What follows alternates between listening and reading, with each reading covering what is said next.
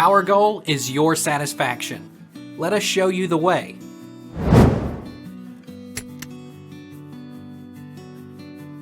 Can you get a BFP after 14 DPO?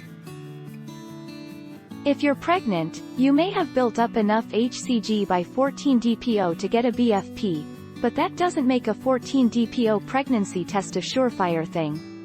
Sorry, the plot always seems to thicken.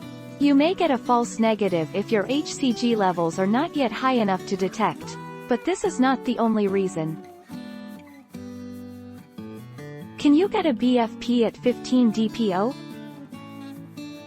So by 15 DPO, a home pregnancy test is quite likely to give you a reliable result, which might mean a BFP, big fat positive, if you're pregnant. When taking the test, follow the instructions as best you can. Usually this means testing first thing in the morning when the hormones in your pee are most concentrated. How many DPO is the average BFP? Some tracking sites suggest the average is around 13 to 14 DPO, but there are always outliers. Some women test as early as 9 DPO and get their BFP, some get false negatives a week after their period is due. Can twins make pregnancy test negative?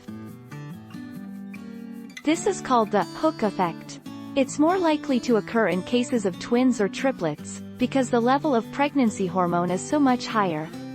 The hook effect in itself is pretty rare, but there are other reasons for producing a false negative. The most common reason for a false negative is testing too early. How late can you get BFP? Every woman will get her BFP, or her period, when the time is right for her. You can find stories online of very late BFPs, some at up to 6 weeks pregnant. There are even stories about some pregnant women who never got a positive pregnancy test.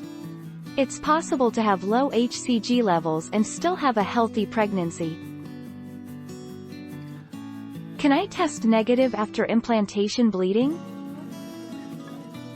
How long after implantation bleeding can I take a pregnancy test? You can take a test right away, if you haven't done so before, especially since implantation bleeding usually happens around the time you'd expect your period. Take our lead. Let's help you make your mark.